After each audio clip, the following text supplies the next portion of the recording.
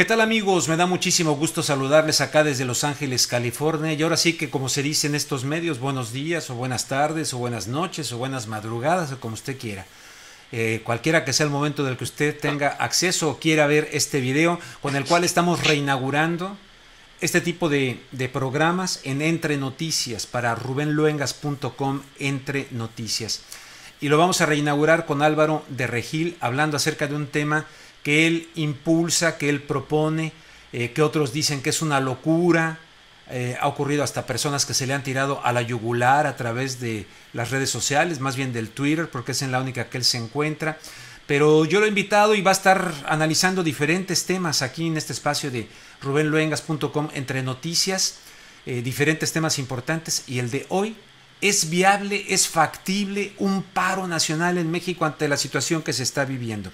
Bueno, primero que nada, quiero saludar a Álvaro de Regil y darte las gracias por decir sí a la reinauguración de este tipo de programas cibernéticos en rubenluengas.com Entre Noticias. ¿Cómo estás, Álvaro? Muy bien, Rubén, ¿qué tal? Buenos días. Al contrario, yo quiero agradecerte a ti la oportunidad de poderme unir como participante a tus programas que abordan temas siempre muy interesantes y que son muy importantes para mí y para la labor que trato de hacer. Así es que, pues, solo me resta decirte que cuenta conmigo para todos los programas en los que quieras que yo participe con mis opiniones. Muchas gracias. Al contrario, Álvaro, estaba yo escuchando una entrevista que le realicé en el 2011 a Jorge Saldaña. Esto está siendo grabado. Justamente el día de ayer murió Jorge Saldaña, el día de ayer de cuando estamos haciendo esta grabación. Entonces me puse a revisar los materiales. De hecho, voy a repetir en Univisión América, en mi programa Hablando Claro, voy a repetir una entrevista que le hice hace una semana y media. Tal vez, no lo sé, sea la última entrevista y muy reveladora de cómo se sentía Jorge Saldaña en esta situación en la que tarde o temprano todos atravesamos, ¿no? Que es despedirnos de este planeta Tierra. Vaya como homenaje a Jorge Saldaña. Y en la entrevista que escuchaba de KPFK, que la voy a poner también aquí en estos espacios de rubenluengas.com Entre Noticias en mi canal de YouTube, él hablaba de lo que vamos a hablar contigo, Álvaro, pero mencionaba algo muy interesante, muy importante. Decía, la televisión ha hecho que el mexicano presuma de su ignorancia, y dice que de alguna manera fueron domesticando al pueblo mexicano para obedecer, para no reclamar, etcétera, aunque hay un México muy vital, hay un México que sin duda está como que muy pasivo ante las cosas que acontecen. Y tú estás proponiendo algo muy, muy polémico, ante lo cual incluso muchas personas en Twitter se te han tirado a la yugular diciendo que es completamente inviable, que qué pretendes, etcétera. Tú propones un paro nacional ante sectores importantes de la sociedad mexicana que son bien apáticos, que viven en la indiferencia total. Te pregunto, ¿es viable un paro nacional? El exdiputado Gerardo Fernández Noroña va más o menos en una misma situación, pero él habla de una acción tipo así de desobediencia civil, en fin. ¿Por dónde va tu idea? Ya la platicamos alguna vez, pero las cosas están peor en México. Entonces, ¿qué cruza por tu mente? Sí, desde luego, y desgraciadamente se ha cumplido mi vaticinio, ¿no? Que es que las cosas, mientras no realmente abordemos el problema de raíz, las cosas van a seguir empeorando, y están empeorando de una manera dramática, y están exhibiendo la verdadera situación de México, ¿no? Un país sin leyes, un país que naufraga en la total impunidad de todo tipo de malhechores, tanto dentro del Estado como fuera del Estado. O yo diría, en lugar de un país sin leyes, yo diría, como alguna vez me dijo Ikram Antaki, en paz descanse, un país en el cual los mexicanos no han interiorizado la necesidad de la aplicación de la ley, porque las leyes ahí están y muchas son muy buenas, ¿no? Hay leyes, sí, pero lo que no hay es esa interiorización de la necesidad de la ley.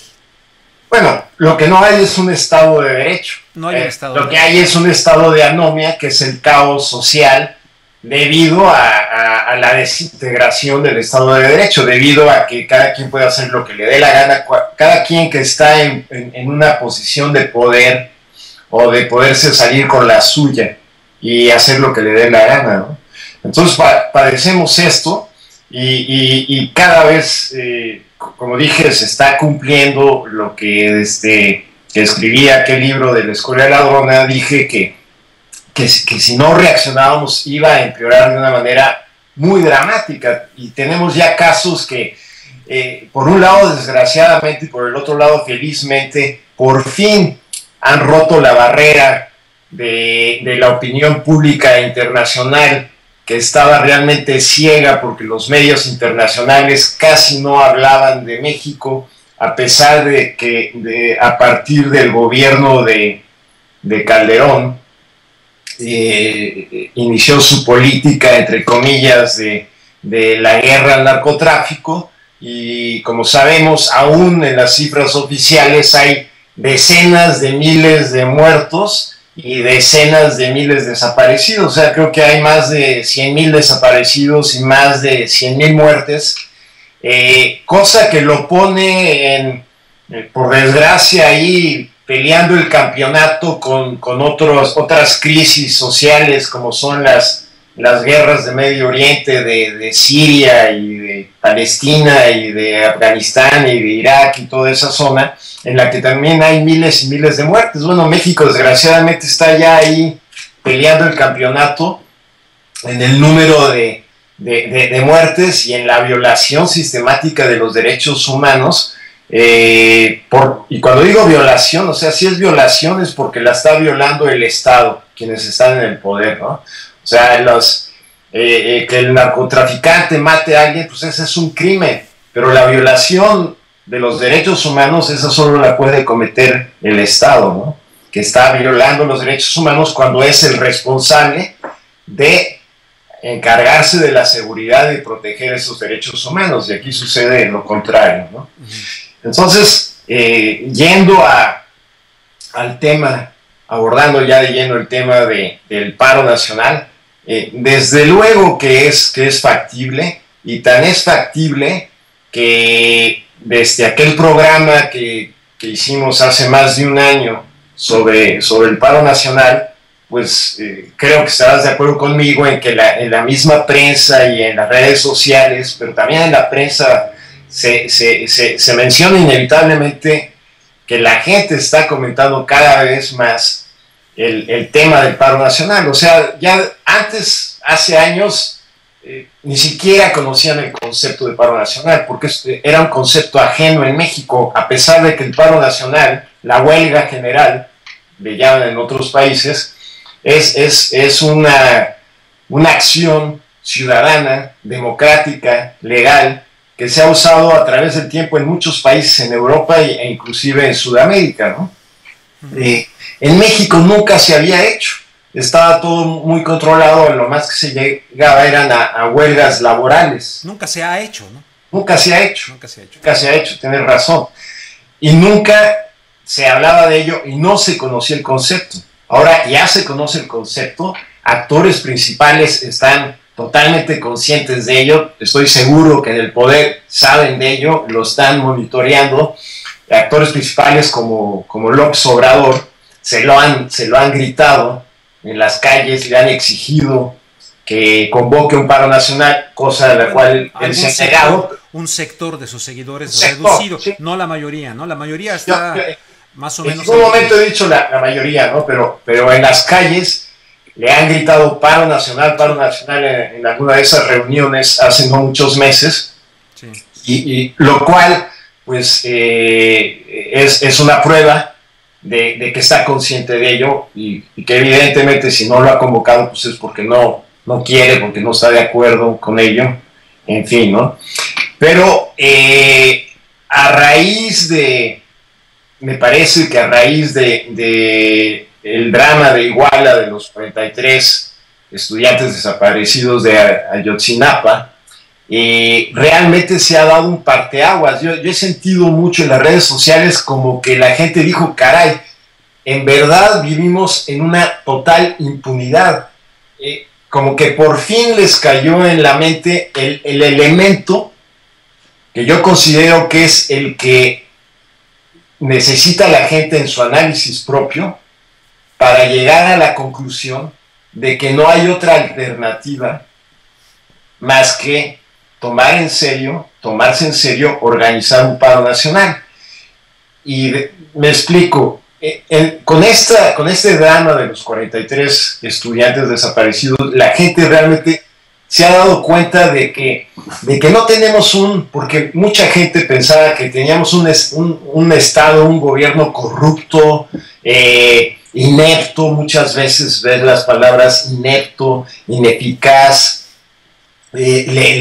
muchas veces le pedían, otras veces como que ya hacían un poco de análisis, decían no vamos a pedir, vamos a exigir, porque ya empezaban a sentirse que el pueblo es el soberano, ¿no? Pero todavía estaban pensando en exigirle, porque obviamente si le exigen, pues piensan que el gobierno es capaz de poder hacer lo que se les exige. Pero con esto se han dado cuenta de que realmente no tenemos un gobierno, y que, por ejemplo, en una investigación de la desaparición de los 43 estudiantes, o en el caso de los 22 asesinados en Tlahtaya, o en muchos otros casos no muy lejanos, no habían investigado porque hay un cierto grado de corrupción, pero también no habían podido hacer bien el trabajo porque son ineptos, y hay mucho de verdad en eso, ¿no? Porque realmente ni siquiera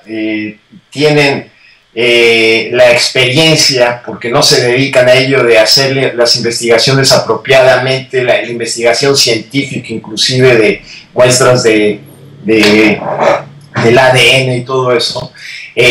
La gente realmente se está llegando a dar cuenta de que tenemos un Estado mafioso, y que es un Estado al que no le interesa en lo más mínimo dedicarse a proteger los derechos civiles, políticos, sociales, económicos, culturales de la población, sino al contrario, que están en el poder, se están llegando a dar cuenta que llegaron al poder exclusivamente con el interés de beneficiarse a título personal, a título privado, del sistema que han impuesto, enriqueciéndose de manera personal, explotando los beneficios del sistema, y que están dedicados a saquear y a depredar. Ese es el objetivo, ese es el interés por el cual se han encaramado realmente en el poder, además de que ya sabemos que lo han hecho de una manera muy ilegítima y a la vez burda, ¿no?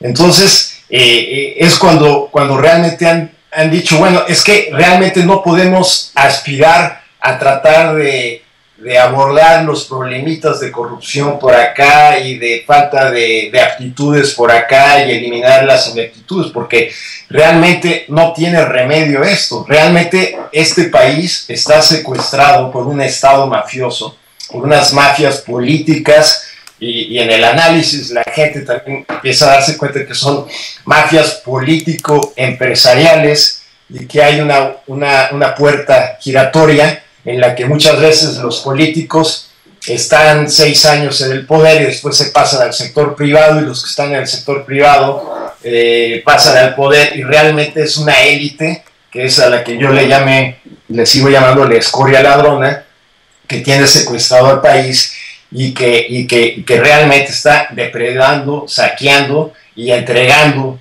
los recursos naturales y los recursos humanos al sistema, al mercado, ya en términos a la dictadura del mercado, al todopoderoso Dios mercado, ¿no? Exacto. Antes de que continúes, la vía electoral para terminar con esa escoria ladrona. Con esa mafiocracia, ¿verdad? Sí. Que conjuga muchos aspectos: telecracia, mafiocracia, cleptocracia, en fin, esa escoria ladrona al servicio del todopoderoso Dios mercado, que ya ha demostrado hasta el cansancio que no se autorregula solo, la mano invisible que regula todo. ¿La vía electoral la descartas? Bueno, precisamente a eso iba. Como parte final del análisis que están haciendo muchos ciudadanos, se están dando cuenta de que pues simplemente no es posible, sería totalmente incongruente que si tenemos un Estado mafioso que tiene al país secuestrado, que esto se pueda resolver por la vía electoral. Porque, por dos razones principales. La primordial es porque simplemente no va a permitir que haya condiciones, a diferencia de países hermanos que están muy adelante de nosotros en el tema político, de llevar a cabo un proceso electoral, no nada más legal, porque legales pues simplemente lo limpian y lo hacen legal y ya, sino legítimo, que cumpla con los artículos de la Constitución y que entre todos los artículos de la Constitución el central es que dé certeza, y tiene que dar certeza a los electores, al pueblo soberano, que le dé la seguridad de que, ok, voté, gané, voté, perdí, pero es creíble, o sea, en el análisis ciudadano no se cumple, se están dando cuenta de que simplemente no se cumple, y no se cumple porque deliberadamente se trabaja para que no se cumpla el elemento central de lo que exige la Constitución, y es dar certeza a los procesos electorales. ¿Qué es dar certeza a los procesos electorales? Pues que todos los participantes estén de acuerdo en que, independientemente de que si ganaron o perdieron en sus preferencias, es creíble el proceso, fue limpio, fue legítimo, se respetó todo, se hizo conforme a derecho, no nada más. Y no solamente el día de la votación, sino todo lo que viene antes, exacto, todo el proceso de lo que hemos visto como compra de voto, manipulación de las conciencias, manipulación de los medios de comunicación, ¿no? Porque todo eso es parte de un proceso fraudulento de una elección. Ahora tenemos incluso compañías, ya desde hace mucho tiempo, asesores electorales que están dispuestos a mentir, a hacer propaganda abiertamente, hay quien así lo dice, con tal de llevar a un determinado producto político a la silla presidencial de un país o a un puesto de elección popular. Entonces, desde ahí tenemos la gran manipulación que acá en los Estados Unidos, pues es nada más y nada menos que tenemos a Edward Bernays, el llamado padre de las relaciones públicas, el autor del libro Propaganda, ¿no? A partir de las enseñanzas de este hombre, que por ejemplo perdón que te haya interrumpido, que es el que hizo que los estadounidenses coman huevos con tocino, el que fumaran las mujeres. Edward Bernays, gente que se la pasa 24 horas del día pensando cómo bombardear al cerebro humano como campo de batalla para poderle manipular hacia una determinada situación que es deseada, en este caso el voto. Entonces el fraude viene desde ahí, desde manipular la mente de tantas personas para que vayan a emitir un voto bajo esta influencia mediática manipuladora, ¿no? Entonces nada más yo quiero dejar eso, porque no nada más el día de meter la boleta. En un fraude se inicia con mucho tiempo de anticipación y con el bombardeo mediático, que es fundamental. Sí, totalmente de acuerdo. De hecho, me quitaste las palabras de la boca porque era eso. O sea, no solo el día, creo que alcancé a decir, no solo el día de la elección, sino desde el inicio, desde el principio del proceso, que viene meses antes, sí, inclusive puede ser un año antes. No, ahorita ya se está trabajando para el sustituto de Peña Nieto en México, ya está la maquinaria echada a andar. Claro, ¿no? Y los medios están trabajando en seguir anestesiando a la gente para que no piense, para que no desarrolle el pensamiento crítico, para que no se indigne, y si no se indigna, pues no se va a movilizar, ¿no? Entonces, factible un paro nacional, las elecciones ya. Bueno, pero por eso, entonces en ese análisis ciudadano, la gente está llegando a la conclusión de dos cosas. Una, no tenemos realmente un gobierno que aspira, a pesar de las corrupciones y las ineptitudes, a más o menos tratar de trabajar en pos del bienestar de la población, y que más o menos trata de proteger los derechos más básicos, ¿no? Que es la responsabilidad más elemental de cualquier gobierno, por dar seguridad física a los habitantes de una nación, ¿no? Entonces, ese es el primer punto. O sea, no tenemos un gobierno, sino tenemos una mafia que tiene al país secuestrado y hace lo que le da la gana, y vino para saquear y depredar y beneficiarse a título personal. Y segundo, por lo tanto y como consecuencia, no podemos esperar que podamos tratar de resolver este gravísimo problema a través de una elección, cambiando de partido, porque en primer lugar tenemos una mafia. Están llegando por fin a la conclusión de que un gran segmento cada vez mayor, creciente, de que no hay alternativa electoral, de que no hay condiciones, de que el Estado mafioso jamás va a permitir que se pueda llegar al poder, y que inclusive este es un sector pequeño todavía de los que están en contra del sistema, que se están llegando a dar cuenta que, bueno, las nuevas alternativas como Morena realmente, pues en el mejor de los casos, no van a ser más que paliativos para tratar de mitigar el sufrimiento que causa este estado de anomia,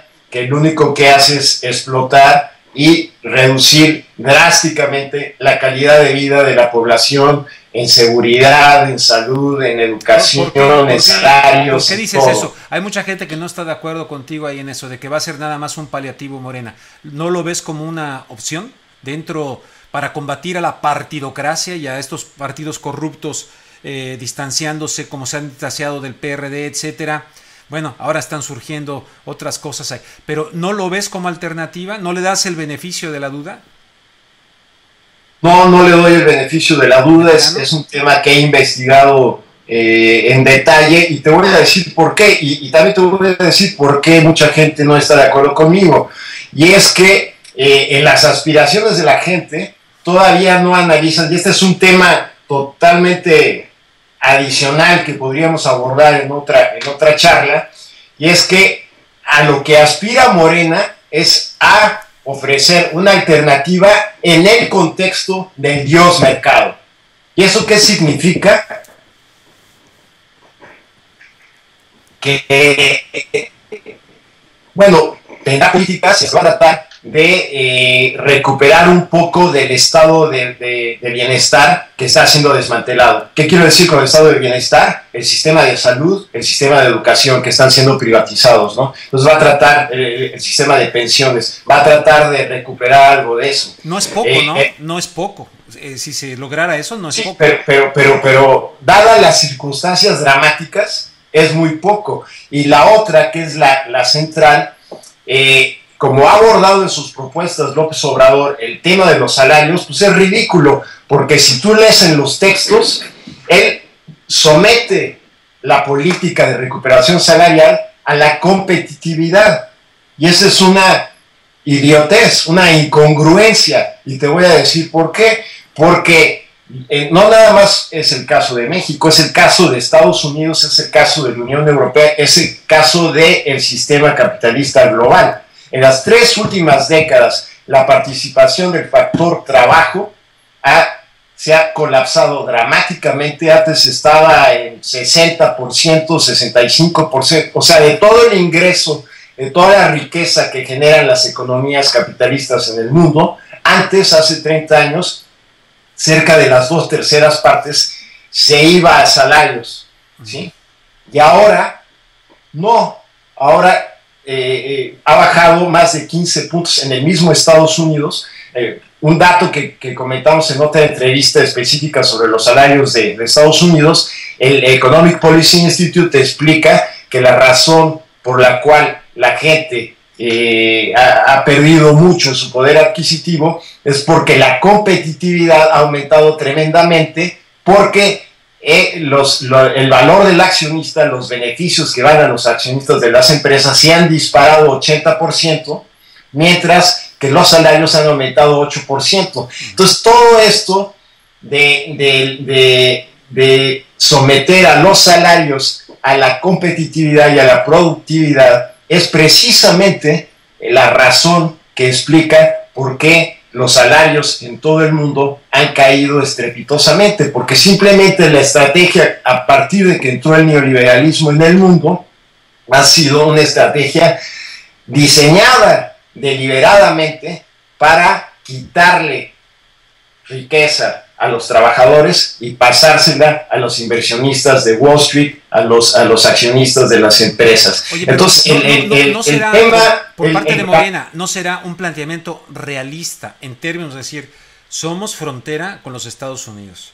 Nuestra economía está atada a Estados Unidos, donde vemos otros escenarios mundiales donde Estados Unidos dice, bueno, no quieres por las buenas, vamos por las malas, como dice John Perkins en su libro de Confessions of an Economic Hitman. Sí, mandan a sus matones económicos. Entonces, ¿no será por parte de Morena algo así? Decir, bueno, esta es una realidad. Vamos a primero buscar acceder al poder, aunque claro, yo también, cuando veo lo que ha pasado ya con las elecciones, digo, es insistir por un camino que parece cerrado, vía fraude, vía manipulación, ¿no? No, sí, eso es el autoengaño, Rubén. O sea, el decir, bueno, como estamos junto a Estados Unidos, porque eso también ya lo hemos abordado, hay casos reales en países hermanos que cuando hay la voluntad política se rompen todos esos dogmas de que no, primero, es que lo que se ha impuesto en México es lo que decía George Bush, de que primero vamos, y lo decía Carlos Salinas de Gortari, no, primero vamos a generar riqueza, después la vamos a distribuir por el sistema de goteo, ¿no? Por sistema de goteo. Oye, entonces, para no alargarnos demasiado, si está cerrada la vía electoral desde tu punto de vista, desde el mío, siento que hay que intentarle por todos los medios posibles. Una de ellas es por la electoral nuevamente, pero paralelamente a un proceso de concientización de la sociedad. ¿Desde dónde? Bueno, cada quien, estamos aquí poniendo un granito de arena. Pero si está cerrado el camino electoral y no le ves muchas esperanzas, yo soy también medio... Es que mucha gente dice, no, el pueblo mexicano está luchando. Yo digo, un sector del pueblo mexicano. Otros de repente luchan y de repente se esconden y van para atrás. Entonces, un paro nacional, de veras nacional, así como dice Noroña, que si paran, él dice que si paras, creo que no sé cuánto, él habla de muy poco tiempo, dice, truenas al gobierno. No sé, ¿tú cómo la ves? Sí, es que, mira, te voy a decir por qué es un paro nacional. Tenemos un estado mafioso, punto número uno. Sí.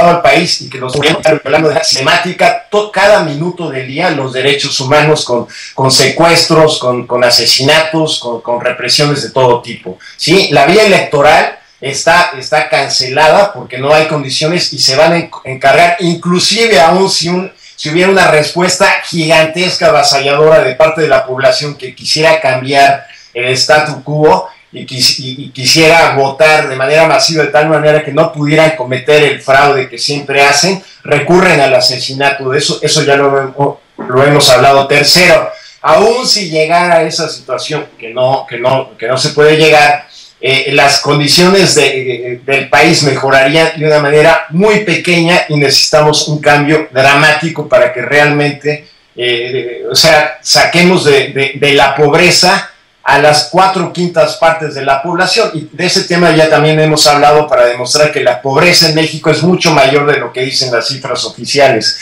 Entonces, el paro nacional es un concepto que tiene muchísimos beneficios y que está pensado de manera estratégica precisamente para no seguir haciendo todo lo que ya se ha intentado y que ha fracasado, que son las marchas, las protestas, los plantones, los cierres de carreteras, los secuestros de autobuses, en fin, hay una amplia lista de acciones que se han hecho repetidamente. ¿En qué consiste tu visión de paro nacional? ¿Un día, 2 días, 3 días, cuántos días? ¿Y cómo le pedirías a gente que necesita de la papa, del dinero para llevarlo a su casa, que haga un paro nacional?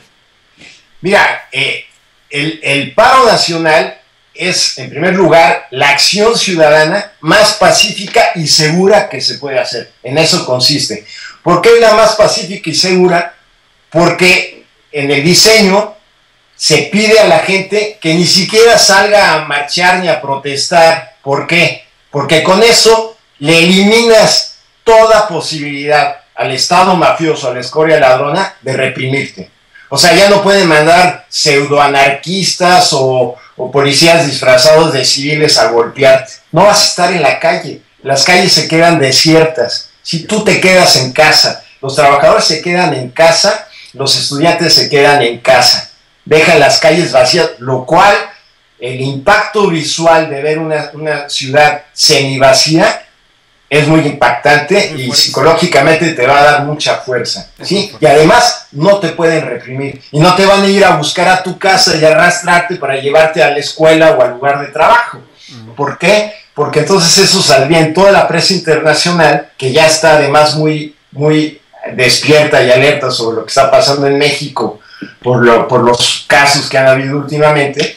Entonces por eso es la más segura y la más pacífica. Además, no violas ningún derecho, porque ni siquiera estás invadiendo, no estás violando el derecho de tránsito de terceros, no estás impidiendo que la gente que no esté de acuerdo con el paro no puede ir a su lugar de trabajo, transite, en fin. Tercero, somos realistas, sabemos la condición de México, cómo está la mentalidad de los diferentes sectores de la población. Hay unos que me tiran a loco, ya lo sabemos, otros que dicen que sí están de acuerdo, pero que no podrían hacerlo, porque necesitan seguir recibiendo su salario. Entonces no contamos con que la mayoría de la población se va a sumar. Esto está pensado en que a lo mucho una cuarta parte, o sea, 1 de cada 4 trabajadores se sumaría al paro, ¿sí? Tomando todas las condiciones. Pero ese siguiendo sobre en qué consiste el paro, ese 20 a 25% de la población, si tú mides cuánto vale el Producto Interno Bruto por día y lo calculas al 20 al 25% de la población y después lo multiplicas por 5 días laborales, una semana laboral, eso te da medio punto de PIB, ¿sí? Porque cada 2.6 días de la semana laboral te da más de un punto. Si tú divides el 100% del PIB entre 52 semanas que tiene el año, tú puedes hacer ahí la relación y calcular exactamente cuánto vale una semana en PIB, cuánto vale un día en PIB, en fin. Entonces, si lo multiplicas al 25%, una semana de paro le cuesta, de nada más el 25% de la población, le cuesta al país $6,000 millones, más de $6,000 millones. 2 semanas de paro le cuestan más de 12,000 millones, como $13,000 millones. Sí, y eso es prácticamente un 1% de PIB. Eso es un golpe durísimo al sistema. O sea, lo que estás haciendo, estás paralizando la economía, le estás dando un golpe muy duro. Y nosotros estimamos que eso no lo puede aguantar ningún sistema. ¿Y cómo le vas a hacer para lograrlo?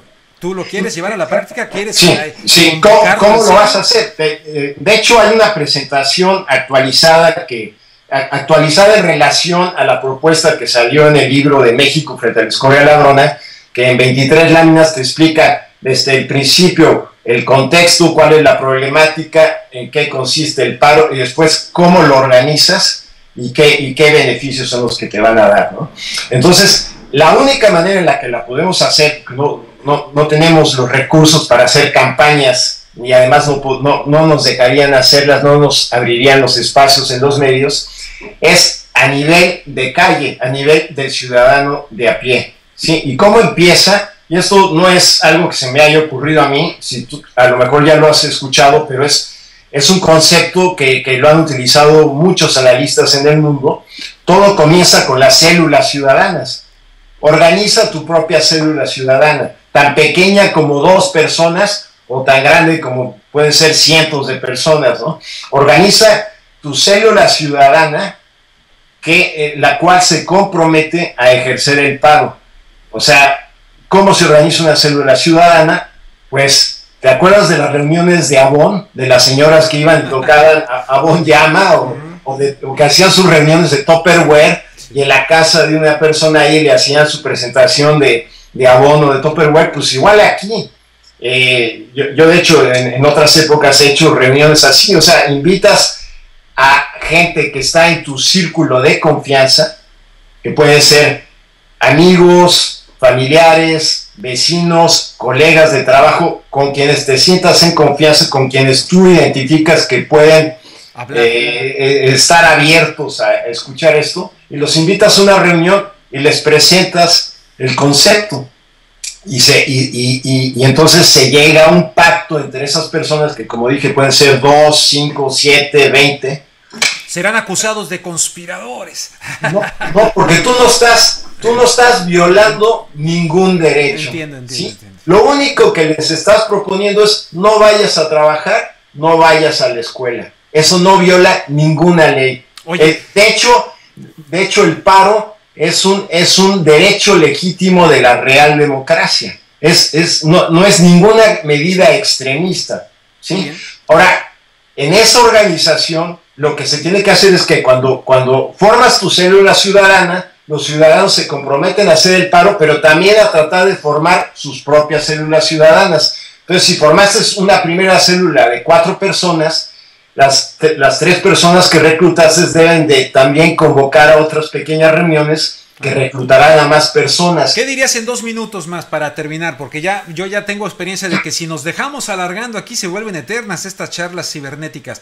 Necesitamos... Sí, pero ya te pediría un poquito de más minutos, porque si no me vas a dejar explicarlo. A ver, órale, entonces tú da tu conclusión en el tiempo que quieras y cuando concluyas para que quede redondeado el asunto. Sí, entonces con eso de, ok, formas la célula ciudadana y yo me comprometo a tratar de formar otra célula ciudadana, se va formando la bola de nieve, la masa crítica. Esa masa crítica a la que tenemos que aspirar que logre reclutar a un 20-25% de la población.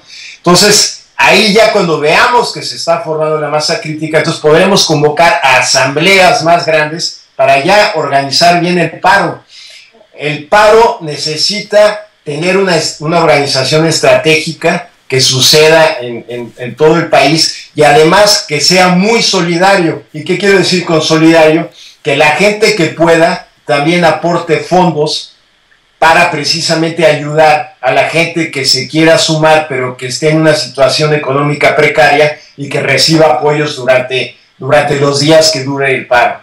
Ahora, ¿cuánto es la duración del paro? De 1 a 2 semanas, como Fernández Noroña, yo estoy totalmente de acuerdo, y además lo que él propone es lo mismo que yo estoy proponiendo, nada más que él le llama desobediencia civil y yo le llamo paro nacional. No me gusta llamarle desobediencia civil porque ¿cómo vamos a desobedecer a un Estado mafioso que en mi caso yo no lo reconozco como mi gobierno? Es la única diferencia, pero más allá del término, estamos proponiendo exactamente lo mismo.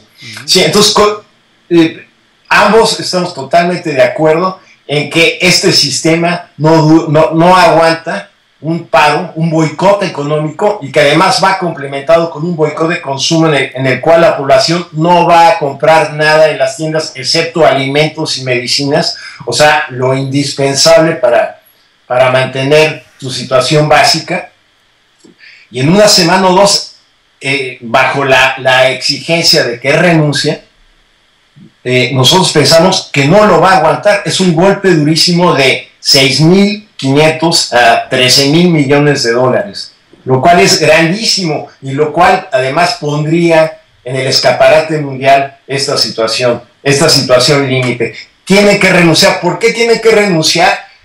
¿Por qué tiene que renunciar todos los niveles de gobierno? Porque el país ya está totalmente podrido, porque la Constitución es un librito por ahí que ya no tiene ninguna vigencia, porque lo están violando cada minuto del día, y realmente para rescatar a nuestro país tenemos que salvarlo, reconstruyéndolo como una nueva república. Necesitamos un nuevo pacto social en el cual tengamos una nueva constitución, la cual sea una constitución realmente del pueblo, en la cual se lleve a cabo a través de una convención nacional constituyente del pueblo, en la que no hayan partidos que estén participando, ni operadores que estén ahí tratando de meterse, sino simplemente ciudadanos en la cual todos tengan el mismo voto y nada más tengan un voto, y en el cual se proponga de una manera y con un sistema totalmente democrático, se propongan todas las propuestas que quieran para llegar a una nueva Carta Magna, se debatan esas propuestas y se concilien para que lleguemos durante esa convención a lo que sería nuestra cuarta constitución. También mucha gente ni siquiera sabe que ya vamos en la tercera constitución, que tenemos realmente la tercera república, y que además es un aspecto normal en todo el mundo. Francia creo que anda en la sexta república, y Venezuela anda en la cuarta república, y así muchos países van ya en la cuarta, quinta, sexta edición. Entonces necesitamos realmente refundar al país para rescatarlo, eliminar todos los partidos que hay, tener una nueva constitución en la cual se determinará la política social, la política económica, la política electoral, todos los aspectos de la vida pública, pero de manera democrática, y además pensando en poner todos los antídotos para que no vuelva a suceder todo lo que nos está sucediendo. Por darte un ejemplo muy simple, ¿no? O sea, que en el tema político que haya revocación de mandato, en el tema de toma de decisiones, que todas las decisiones importantes del Congreso tengan que estar sometidas a referéndum. En ese mismo aspecto, que la ciudadanía tenga todo el derecho de enviar iniciativas, que en ese caso ya no se llamarían referéndums sino plebiscitos, como propuestas para que se incorporara a la Constitución sobre cualquier tema, ¿sí? Que se eliminen los plurinominales, por ejemplo, que todo ese tipo de grasa política llena de corrupción. Solo por darte unos ejemplos, ¿no? Entonces, pactando una nueva constitución, realmente podríamos rescatar al país.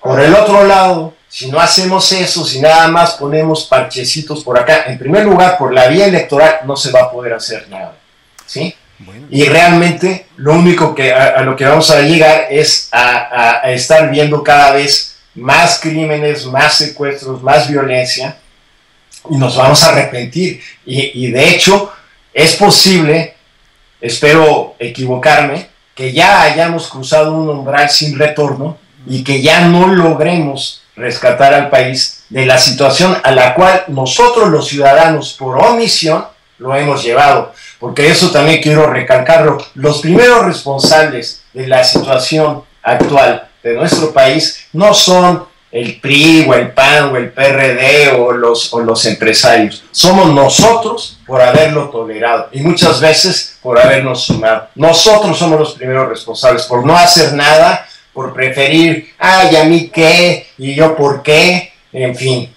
Esa es la causa de la situación dramática y penosa, porque damos pena ajena en el mundo de nuestro país. Y si tenemos dignidad y si tenemos ambición para recuperar este país, entonces tenemos que actuar. Y la manera más pacífica, más segura y más contundente, y la única realmente que puede cambiar esta situación, es el paro nacional.